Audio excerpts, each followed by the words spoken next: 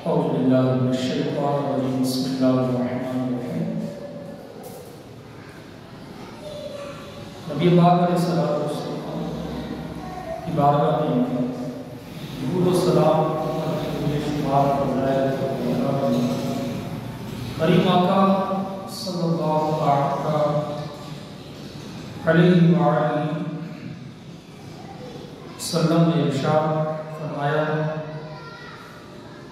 جسے کوئی سخت حاجت درپیش ہو تو اسے چاہیے کہ مجھ پر کثرت سے درود پاک پڑھے، کیونکہ یہ مسائل و آلام یعنی دکھ، تکلیفوں، درد کو، بیماری کو دور کر دیتا ہے اور روزی میں برکت پیدا کرتا ہے اور حاجات کو، دعاؤں کو پورا کرتا ہے۔ صلو علی النبی صلی اللہ علیہ محمد صلی اللہ علیہ وسلم، صلاۃ و سلام علیک یا سیدی یا رسول اللہ وعلی آلک و اصحابک یا حبیب اللہ۔ اللہ تبارک و تعالی قرآن پاک میں فرماتا ہے وَأْمُرْ أَهْلَكَ بِالصَّلَاةِ وَاصْطَبِرْ عَلَيْهَا۔ اللہ فرماتا ہے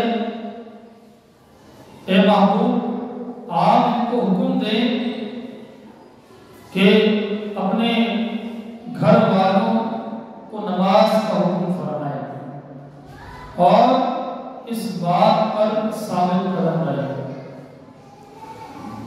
یعنی اپنے گھر والوں کی اصلاح کریں، اپنے گھر والوں کی تربیت کریں۔ اگر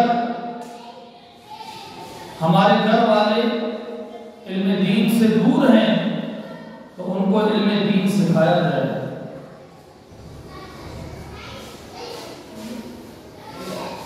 خاوند کے حقوقوں میں سے ایک اس کا فرض اور ایک حق یہ بھی ہے کہ وہ اپنے اہل و عیال یعنی اپنی بیوی اور اپنے بچوں کو یہ دینی تعلیم عطا کرے، اور اگر وہ دینی امور سے ناواقف ہیں تو ان کو آگاہ کریں، ان کو دینی مجالس میں بھیجیں اور ان کو ایمانیات کے بارے میں، اللہ تبارک و تعالیٰ کی صفات الہیہ کے بارے میں، اسماء الحسنہ کے بارے میں، ارکان اسلام کے بارے میں، حلال اور حرام کے اصول و احکام، عبادات کے احکام، اول وقت میں نماز پڑھنے کی تلقین اور دیگر عبادات کی طرف اس کو بلاتا رہے، ان کو ترغیب دیتا رہے۔ اور اتنا ہی نہیں، یہ بھی سکھائے کہ بغض، حسد، کینہ، چغلی اور یہاں کی باتیں وہاں کرنا، سب و شتم جیسے گناہوں سے بھی بچنے کی تلقین کرتا ہے، یعنی اپنے گھر والوں کو دینی تعلیم سے آگاہ کرے اور دینی مجالس کے اندر یہ بھیجا کرے۔ اللہ اکبر۔ تو اگر کسی کی بیوی کو یا کسی کی بیٹی کو یا کسی کی ماں کو اگر نماز نہیں آتی تو اپنے گھر والوں کو نماز سکھائے۔ ارکان اسلام کے بارے میں پتہ نہیں ہے تو ارکان اسلام بتائے۔ طہارت اور پاکیزگی کے احکامات سے ناواقف ہے گھر والے تو یہ اس گھر کے بڑے جو مرد حضرات ہیں، جو خاوند ہیں، جو باپ ہیں، اس پر لازم ہے کہ وہ اپنے گھر والوں کو علم دین سکھاتا رہے، جائز ناجائز، حلال حرام، پاکیزگی، طہارت اور ناپاکی کے معاملات یہ سب اس کو بتانے چاہیے۔ اللہ اکبر۔ اور علماء فرماتے ہیں کہ اگر کسی شخص نے اپنے اہل و عیال کو علم دین کے معاملے میں دور رکھا، علم دین سے دور رکھا، تو کل قیامت والے دن اس کے بارے میں بھی اس کو جواب یہ دینا پڑے گا۔ اللہ اکبر۔ اہل خانہ کو تعلیم دینا یہ پیارے آقا علیہ السلام کی سنت مبارکہ ہے، جیسا کہ امام مسلم رحمۃ اللہ تعالی علیہ نے حضرت جویریہ رضی اللہ تعالیٰ عنہ سے روایت کی کہ بلا شبہ نبی کریم علیہ السلام ان کے یہاں سے نماز صبح پڑھ کر تشریف لائے اور وہ اس وقت جائے نماز پر تھی، یعنی مصلی پر تھی۔ پھر آپ صلی اللہ علیہ وسلم چاشت کے وقت تشریف لے گئے تو وہ وہیں بیٹھی تھی۔ آپ صلی اللہ علیہ وسلم نے فرمایا ما زلتی علی الحال التي فرضتکی علیہا، میں نے جس حالت میں تمہیں چھوڑا تھا تاحال اسی حالت میں ہو۔ آپ صلی اللہ علیہ وسلم نے فرمایا کہ میں نے تمہارے بعد یعنی تجھ سے جدا ہونے کے بعد 4 جملے 3 مرتبہ کہے، 4 جملے 3 مرتبہ کہے۔ لو وزنت بما قلتی منذ اليوم لوزنتهن، پیارے آقا علیہ السلام نے ارشاد فرمایا کہ وہ جو 4 جملے تھے، وہ جو 4 باتیں تھی، وہ جو 4 ذکر کے وظائف تھے، وہ ایسے ہیں کہ اگر انہیں تمہارے آج کے سارے اعمال کے ساتھ، سارے اذکار کے ساتھ تولا جائے تو پھر بھی میرا اذکار کرنا، میرا ذکر کرنا اور میرے وہ جملے کہنا تمہارے تمام اعمال پر بھاری ہو جائیں گے۔ پھر آقا حکیم علیہ السلام نے ان کو تربیت دی، ان کو تعلیم دی، ان کو علم سکھایا، کہا کہ تم یہ کہا کرو سبحان اللہ وبحمدہ عدد خلقہ ورضا نفسہ وزینت عرشہ ومداد کلماتہ۔ کہا اگر تم یہ 3 سے 4 مرتبہ پڑھ لو گی تو تمہیں پورے دن کی اذکار کرنے کا ثواب دیا جائے گا۔ اللہ اکبر۔ تو اس حدیث پاک میں ان نادان لوگوں کے لیے شدید تنبیہ ہے جنہیں لوگوں کو تعلیم دینے کا تو غم کھایا جاتا ہے، لیکن اپنے گھر والوں کی تعلیم و تربیت سے وہ یکسر غافل ہوتے ہیں۔ ان کے اپنے گھر کے اندر جہالت اندھیرا ہوتا ہے اور وہ خود باہر والی دنیا کو کہتے ہیں کہ تعلیم عام ہونی چاہیے، اسکول پڑھنے چاہیے، یہ پڑھنے چاہیے، وہ کام ہونے چاہیے۔ اللہ اکبر۔ کہا کہ یہ ان لوگوں کے لیے درس عبرت ہے کہ جن کے اپنے مکان تو علم سے دور ہوتے ہیں اور وہ دوسروں کو سکھانے چلتے ہیں۔ دوسروں کو بھی علم دین سکھانا چاہیے، لیکن سب سے پہلے شروعات جو ہے وہ اپنے گھر سے کرے، اپنے گھر سے کرے، اپنے گھر سے تعلیم و تربیت کا سلسلہ یہ شروع کرے۔ اللہ اکبر۔ اور عورتوں کو تعلیم دینا یہ سرکار علیہ السلام کی سنت مبارکہ ہے۔ یعنی عورتیں کون سی کہ جو ہماری سرپرستی میں ہیں، جو ہمارے زیر سایہ ہیں، وہی میں نے دوبارہ کر رہا ہوں کہ جو ہمارے زیر سایہ، ہماری ماں، ہماری بیٹیاں، ہماری نواسیاں، ہماری پوتیاں، یا جو ہماری محارم ہیں، ان کے ساتھ ان کو تعلیم دینا۔ تو فرمایا کہ عورتوں کو بھی سرکار علیہ السلام جو ہے وہ تعلیم دیا کرتے تھے۔ ایک عورت ایک دن نبی پاک علیہ السلام کی خدمت میں حاضر ہوئی۔ اب عورتوں کا بھی جذبہ تھا کہ پیارے آقا علیہ السلام سے ڈائریکٹ یہ سنتی، کیونکہ عورتوں کو بہت کم مواقع ملتے تھے اس دور میں بھی، کیونکہ مرد اکثر سرکار علیہ السلام کی بارگاہ میں حاضر ہوتے تھے، بیانات سنتے تھے، حدیثیں سنتے تھے، پھر وہ حدیثیں اپنے گھر والوں کو بیان کرتے تھے۔ تو مردوں کو تو زیادہ مواقع ملتے تھے، لیکن عورتیں جو تھیں ان کو مواقع بہت کم ملتے تھے۔ تو اس دور کے اندر بھی چونکہ ایسا ہی نظر آ رہا ہے کہ مرد حضرات کو علم دین یہ زیادہ حاصل کر لیتے ہیں، ان کے لیے مواقع زیادہ ہیں، جیسے جمعے کے بیانات، اچھا بہت ساری لاؤڈ اسپیکر پر یہ اجازت نہیں ہوتی. یہ تو اللہ کا شکر ہے کہ ہماری مسجد جو ہے گلی کے اندر ہے تو لاؤڈ اسپیکر کھلے ہوئے ہوتے ہیں تو ہماری خواتین کو بھی کچھ علم دین کی باتیں سیکھنے کا موقع مل جاتا ہے. اور کئی خواتین اپنے گھروں کے اندر باقاعدہ یہ بیان سننے کے لیے یہ بیٹھتی ہیں اور اہتمام کرتی ہیں. اللہ تعالیٰ ان کو بھی برکت عطا فرمائے.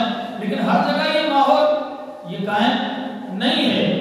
تو اس دور کے اندر بھی اس دور کے اندر بھی چونکہ خواتین کو یہ کم مواقع دیے جاتے تھے تو ایک عورت پیارے آقا علیہ الصلوۃ والسلام کی بارگاہ میں حاضر ہوئی اور عرض کی یا رسول اللہ مرد جو ہیں یہ آپ کی حدیث سے لے گئے یعنی آپ سب کچھ مردوں کو ہی سکھا رہے ہیں مردوں نے ہی سیکھ لیا آپ سے آپ ہماری طرف سے ہمارے لیے ایک دن مخصوص کر یعنی آپ ہمیں بتائیں کہ ہمیں کس دن جمع ہونا ہے کس دن آپ ہماری تربیت فرمائیں گے کس دن آپ ہمیں علم دین سکھائیں گے کس دن ہم ڈائریکٹ آپ کی زبان سے کلام خدا سنیں گے یہ آپ ہمیں بتا دیں. اللہ اکبر تاکہ ہم بھی آپ کی خدمت میں حاضر ہوں اور جو کچھ اللہ تعالیٰ نے آپ کو سکھایا ہے اس میں سے آپ ہمیں بھی کچھ سکھا دیں. آپ صلی اللہ علیہ وسلم نے پھر ان کی عرض قبول کی اور فرمایا کہ تمعنا فی یوم کذا و کذا فی مکان کذا و کذا کہ فلاں فلاں دن فلاں فلاں جگہ پر یہ تم عورتیں جو ہے اکٹھی ہو جانا اور پھر وہاں پر جو ہے ہم تعلیم اور تعلم کا سلسلہ شروع کریں گے. پھر ہوا یہی کہ عورتوں نے جو پیارے آقا علیہ السلام نے ان کو جو دن بتایا اس دن وہ عورتیں ایک مکان پر جمع ہوئی ایک جگہ جمع ہوئی اور پیارے آقا علیہ السلام نے ان کو تعلیم دینا شروع کیا علم دین یہ سکھانا شروع کیا. تو پیارے آقا علیہ السلام یہ عورتوں کو بھی تعلیم دیا کرتے تھے اور عورتوں کو تعلیم دینا یہ سنت مبارکہ ہے. لیکن یہاں پر کوئی یہ نہ سمجھ لے کہ عورتیں سامنے بے پردہ بیٹھی ہوں اور مرد جو ہے وہ بیان کر رہے ہیں اس کی اجازت نہیں ہے. اگر یہ حکم آیا بھی ہے تو یہ سرکار علیہ السلام کے ساتھ خاص ہے. کیا ہو سکتا ہے کہ جب پیارے آقا علیہ السلام کے پاس وہ عورتیں آئی ہو اس کو پردے کا حکم نازل نہ ہوا ہو کیونکہ پردے کا حکم بھی بعد میں نازل ہوا ہے. لیکن جب پردے کا حکم نازل ہوا تو پھر سرکار علیہ السلام بھی عورتوں سے یہ پردہ فرمایا کرتے ہیں. عورتیں بھی سرکار علیہ السلام سے یہ پردہ فرمایا کرتی ہیں. تو عورتوں کو تعلیم دینا بھی سنت مبارکہ ہے. اسی طرح حضرت عبداللہ بن عمر رضی اللہ تعالی عنہ سے روایت ہے کہ رسول اکرم صلی اللہ علیہ وسلم نے فرمایا اب یہ عورتوں کو سکھا رہے ہیں عورتوں کے حوالے سے فرمایا اے عورتوں کی جماعت صدقہ کیا کرو صدقہ کیا کرو خیرات کیا کرو اور کثرت سے استغفار پڑھا کرو کثرت سے استغفار پڑھا کرو. صدقہ دینے سے بھی اللہ تبارک و تعالی جو ہے دنیا اور آخرت کے عذاب میں کمی فرماتا ہے. یعنی صدقہ دینے سے بلائیں کرتی ہیں صدقہ دینے سے یہ بلائیں دور ہوتی ہے. بندہ اگر صدقے دل سے صدقہ دے اور ریاکاری کا مظاہرہ نہ کرے تو پھر اللہ تبارک و تعالی اس کو ایسی ایسی بلاؤں سے بچا لے گا کہ اس کا گمان بھی وہاں تک نہ جائے گا. تو عورتوں کو فرمایا کہ دو کام تم نے کرنے ہیں. ایک تو صدقہ کرنا ہے نماز پڑھنے کے بعد صدقہ کرنا ہے اور دوسرا جو ہے وہ استغفار کی کثرت کرنی ہے. کثرت کے ساتھ استغفار کرو. اللہ اکبر. عورتوں نے کہا کہ یا رسول اللہ اس کی وجہ تو کہا کہ میں نے جہنم میں تمہاری تعداد سب سے زیادہ دیکھی. یہ میں نہیں کہہ رہی سرکار علیہ السلام کی کہ دیکھا جاتا ہے کہ عورتیں بڑی زبان کی تیز ہوتی ہیں. بعضوں کا عورتیں مردوں سے بھی 2 قدم آگے ہوتی ہیں زبان کے معاملے میں. جب بولنے پہ آتی ہے تو مرد کا بیڑا گرم کر کے رکھ دیتی مرد کی عزت کی دھجیاں اڑا کر رکھ دیتی ہے. تو ایسی عورتوں کے بارے میں فرمایا کہ صدقہ کرو اور استغفار کثرت سے کیا کرو. تو عورت وہی اچھی لگتی ہے کہ جو اپنے باپ کے بھی سامنے باادب ہو جو اپنے شوہر کے بھی سامنے باادب ہو جو اپنی ماں کے بھی سامنے باادب ہو. فرمایا عورتوں کو فرمایا کہ تم صدقہ کہ کثرت سے کرو اور استغفار کثرت سے کرو، کہ میں نے تمہاری جہنم میں تعداد جو ہے وہ سب سے زیادہ دیکھی ہے۔ ایک عقل مند خاتون نے عرض کیا کہ اے اللہ کے رسول، اس کی کیا وجہ ہے کہ جہنم میں ہماری تعداد یہ زیادہ ہے؟ تو آپ صلی اللہ علیہ وسلم نے فرمایا کہ تم گالی گلوچ، لعنت والا معاملہ اور رفیق حیات کی ناشکری کرتی ہو۔ ایک تو گالی گلوچ، ایک ناشکری، یعنی جتنا بھی تمہیں مل جائے یہی کہتی ہو کہ ہمیں کیا دیا ہے، ہمیں کیا ملا ہے۔ تو فرمایا ایک تو یہ کام کرتی ہو، اور دوسری لعن طعن کرتی ہو، فحش کلامی کرتی ہو، اور اپنا جو ہم سفر ہے، رفیق حیات ہے، اس کی تم ناشکری کرتی ہو۔ اور پھر آپ علیہ السلام نے فرمایا کہ میں نے نہیں دیکھا کہ عقل اور دین میں ناقص ہونے کے باوجود کوئی چیز عقل مند آدمی پر تم سے زیادہ غالب آتی ہو۔ اس نے کہا کہ اللہ کے رسول، عقل اور دین کا نقص کون سا ہے؟ یعنی اگر ہماری عقل بھی کم ہے اور کون سا ہمارا نقص ہے؟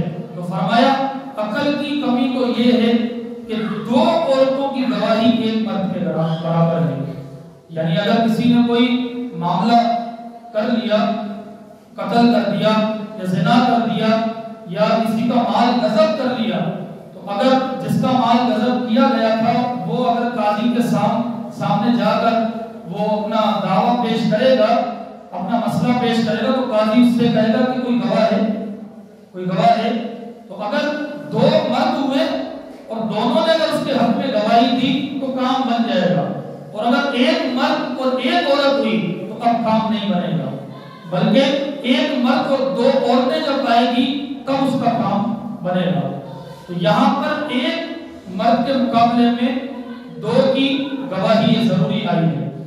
تو فرمایا کہ عقل کی کمی تو یہ ہے کہ 2 عورتوں کی گواہی ایک مرد کے گواہی کے برابر ہے، اور فرمایا کہ وہ مہینے میں کئی دن نماز نہیں پڑھ سکتی، اور رمضان میں ان ایام میں روزہ نہیں رکھ سکتی، یعنی جو ایام مخصوصہ اس پر آتے ہیں تو اس وجہ سے پھر وہ نماز بھی نہیں پڑھ سکتی، وہ روزہ بھی نہیں رکھ سکتی۔ تو فرمایا یہ اس کے دین کا نقص ہے، یہ اس کے دین کا نقص ہے۔ اللہ اکبر۔ پھر آپ سنیے نبی کریم علیہ السلام نے ارشاد فرمایا، اب دیکھیں عورتوں کو تعلیم دینے کی بات ہو رہی ہے نا، اپنے گھر سے ہم نے شروعات کرنی ہے۔ جو بیان ہم سنیں کوشش کریں اپنے گھر والوں کو اگر 10 باتیں نہیں بتا سکتے کم از کم ایک بات کو بتا دیں کہ آج ہم نے یہ سنا تھا تو لہذا آپ نے اس پر عمل کرنا ہے، یا آج ہم نے یہ سنا تھا تو اس کام سے آپ کو بچنا ہے۔ نبی کریم علیہ السلام نے ارشاد فرمایا کہ جو شخص اپنے کسی بھائی یا اپنے گھر والوں کو دین کا ایک مسئلہ بتاتا ہے، مسئلۃ واحدۃ یتعلمها المؤمن خیر له من عبادۃ سنۃ وخیر له من عتق رقبہ۔ پیارے آقا علیہ السلام نے فرمایا کہ جو شخص اپنے کسی مسلمان بھائی یا اپنی محرم میں سے کسی عورت کو دین کا ایک مسئلہ بتاتا ہے، گویا کہ اس نے 1 سال کی عبادت کی اور اس نے ایک غلام آزاد کر دیا۔ 1 سال کی عبادت کی، بلکہ ایک حدیث میں آیا کہ یہ اس کے لیے 1 سال کی عبادت کرنے سے زیادہ بہتر ہے۔ اب یہ کس صورت میں ہوگا؟